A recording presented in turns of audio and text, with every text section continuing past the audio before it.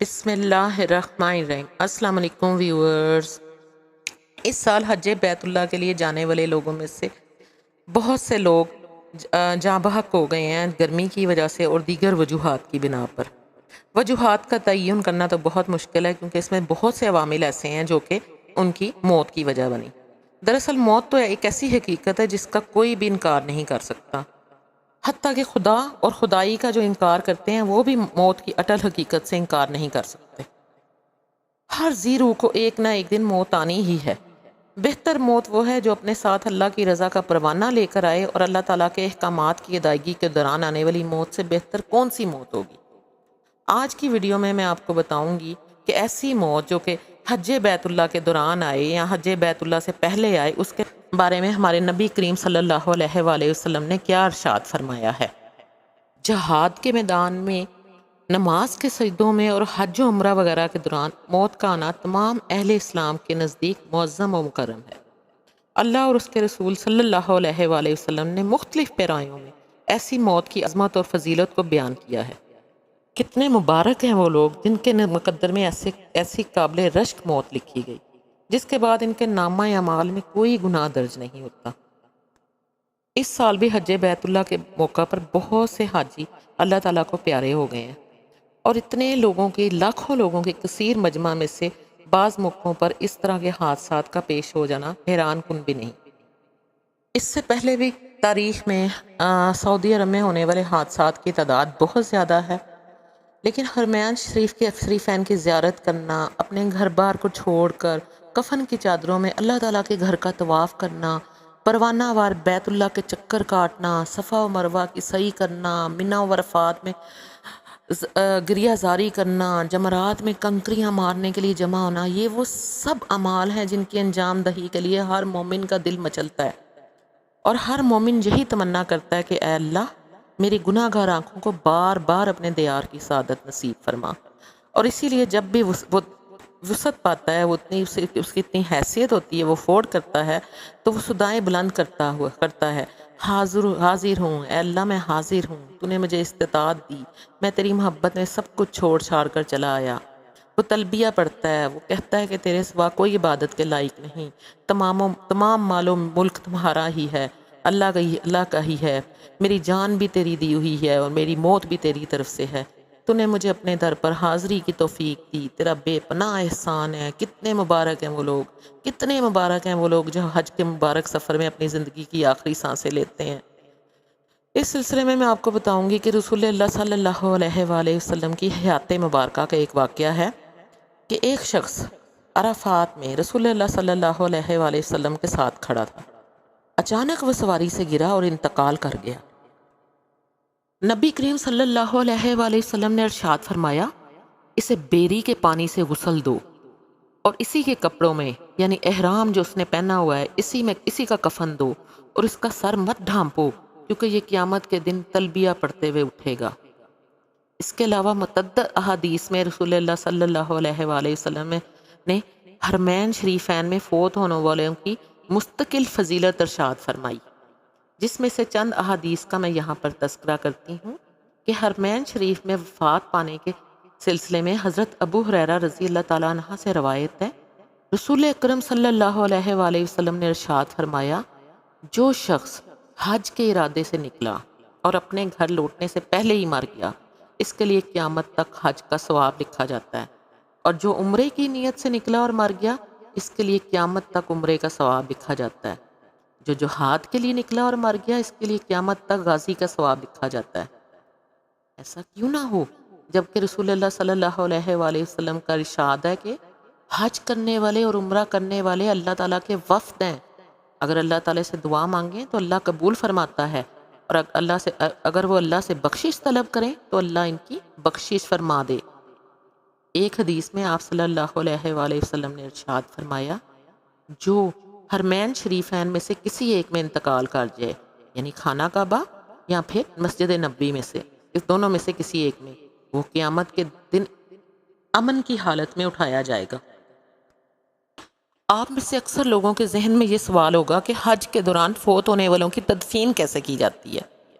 حج کے دوران اگر کوئی حاجی فوت ہو جائے تو اس کی تدفین کے مراحل اور ذمہ داری سعودی حکومت کی ہوتی ہے۔ ہر سال حج کے موقع پر اس دوران بہت سے عازمین حج سخت گرمی، بیماری، سڑک پر حادثات اور سڑک کے درمیان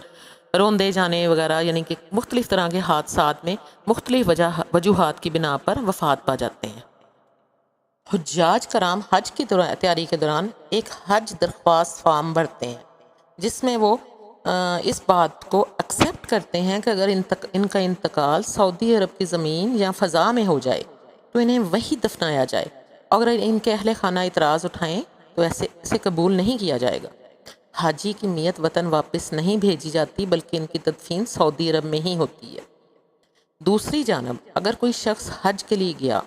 اور اپنی رہائش گاہ یعنی جہاں پر اس کا سٹے ہے یا سڑک پر کسی حادثے کے نتیجے میں انتقال کر گیا تو اس کی خبر سب سے پہلے اس شخص کے ملک کے حج مشن کو دی جاتی ہے۔ حاجی کی شناخت یا اس بندے کی شناخت جو کہ حج کے لیے وہاں گیا تھا، اس کے لیے بنیادی تفصیلات جیسے اس کی عمر کیا ہے، اس کی قومیت کیا ہے، اس کے شناختی کارڈ نمبر یا اس کی کلائی یا گردن میں موجود جو اس کا بینڈ ہوتا ہے اس سے حاصل کی جاتی ہیں۔ اسی لیے تلقین کی جاتی ہے کہ یہ ہر وقت آپ نے بازو پر کلائی کا بینڈ اور گلے میں بھی جو ربن ہوتا ہے کارڈ کے ساتھ وہ پہننا ہے، اور یہ تمام عازمین حج کو فراہم کیا جاتا ہے۔ اس کے علاوہ مرنے والے کے ساتھ اگر اس کا کوئی اہل خانہ کا فرد ہو تو وہ بھی لاش کی شناخت کرتا ہے۔ بعض ازاں حج مشن فوت ہو جانے والے شخص کے خاندان اور سعودی عرب میں وزارت حج کو مطلع کرتے ہیں۔ اگر مرنے والے حاجی کے گھر والے سعودی عرب میں موجود نہیں تو اپنے عزیز کا آخری دیدار نہیں کر سکتے، تاہم اگر وہ مکہ مکرمہ میں موجود ہوتے ہیں تو انہیں میت کے آخری دیدار اور جنازے میں شرکت کی اجازت ہوتی ہے۔ میت کی شناخت کے بعد ایک تصدیق شدہ ڈاکٹر کا سرٹیفکیٹ یا موت کا سرٹیفکیٹ قریبی ہاسپٹل، حج آفس یا میڈیکل سینٹر سے حاصل کیا جا سکتا ہے۔ سعودی حکومت موت کا سرٹیفکیٹ متعلقہ ملک کے حج مشن کو دیتی ہے اور پھر اس ملک کے حج دفتر سے موت کا سرٹیفکیٹ مل جاتا ہے۔ لاش کی مکمل شناخت اور موت کا سرٹیفکیٹ جاری ہونے کے بعد میت کو غسل دینے اور تدفین کا عمل کیا جاتا ہے۔ اس سال حج بیت اللہ 2024 میں جو حج ہوا ہے یعنی 1445 ہجری میں، اس کے بارے میں محکمہ موسمیات جو سعودی عرب کا ہے اس نے پہلے ہی وارننگ دی تھی کہ درجہ حرارت بہت زیادہ ہوگا، اور حج کے جو مقامات ہیں ان پر درجہ حرارت 51.8 ڈگری سیلسیس تک ریکارڈ کیا گیا۔ یہ چھاؤں میں ریکارڈ کیا ہوا درجہ حرارت ہے، آپ خود اندازہ کر سکتے ہیں کہ دھوپ میں اور جہاں رش ہوگا وہاں یہ درجہ حرارت کس قدر زیادہ ہوگا۔ اور آئندہ سال بھی حج کا جو ہے وہ سیزن یعنی 2025 اور 1446 ہجری وہ بھی سخت ہوگا، لیکن اس کے بعد مسلمانوں کے لیے بہت بڑی خوشخبری ہے کہ جیسا کہ آپ جانتے ہیں کہ ہر سال حج 10 دن پیچھے ہوتا ہے، تو اس کے بعد حج تقریباً اچھے موسم میں آ جائے گا، مئی میں آ جائے گا اگلے سے اگلے سال، اور تقریباً 17 سال یہی کنڈیشن رہے گی کہ حج موسم بہار اور سردیوں میں ہوگا۔ اور جو لوگ وہاں پر حج کرنے کے لیے ان سالوں میں جائیں گے، جو خوش نصیب جائیں گے جنہیں اللہ تعالیٰ اپنے گھر پہ بلائیں گے، وہ بہت آسانی سے یعنی کہ ان کو حج میں جو مشکلات ہوتی ہیں وہ کم فیس کرنا پڑیں گی۔ اس سلسلے میں آپ کو یہ بھی بتاتی چلوں کہ حج کے جتنے بھی فضائل ہیں اس کے بارے میں تو آپ جانتے ہی ہیں، لیکن سوشل میڈیا پر جو آج کل جس طرح کا مسائل کو یا جس طرح سے مسائل کو شیئر کیا جا رہا ہے، لاشوں کو دکھایا جا رہا ہے اور بلا سوچے سمجھے ان پر تبصرہ کیا جا رہا ہے اور غیر مناسب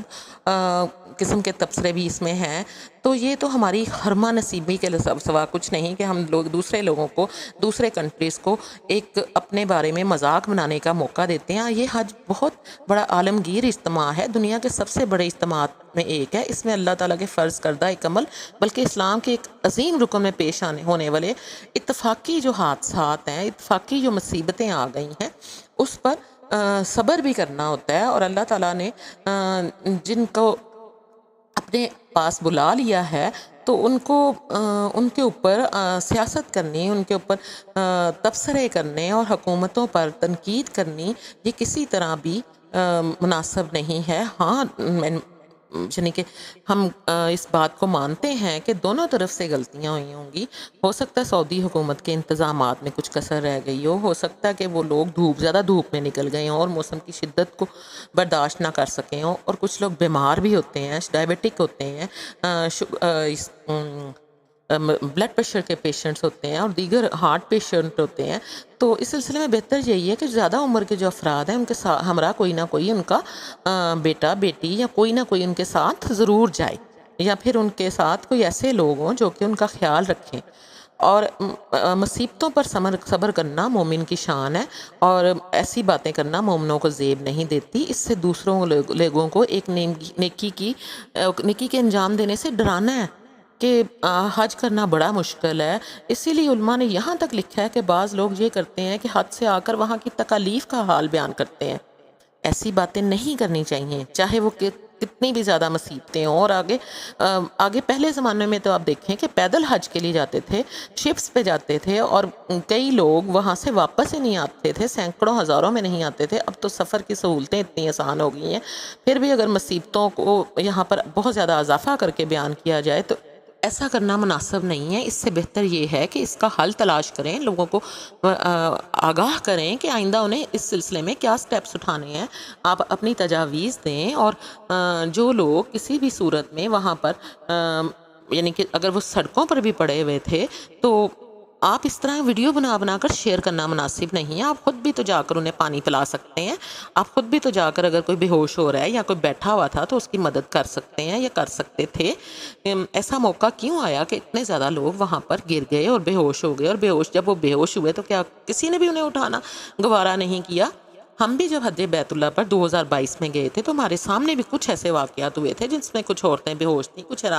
ایرانی عورتیں تھیں۔ ہم نے ان کے سروں پر پانی ڈالا، انہیں کیکس وغیرہ جو کہ چھوٹے چھوٹے آپ کو پتہ ہوگا کہ پیکس ملتے ہیں، ان کو کھانے کے لیے دیا،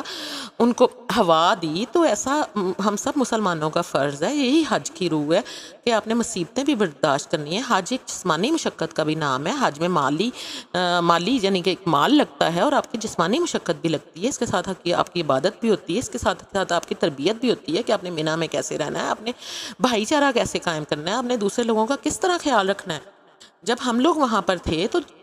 جب حج کا دوسرا دن تھا، جس دن طواف زیارہ کر کے آتے ہیں، وہ بہت تھکاوٹ والا دن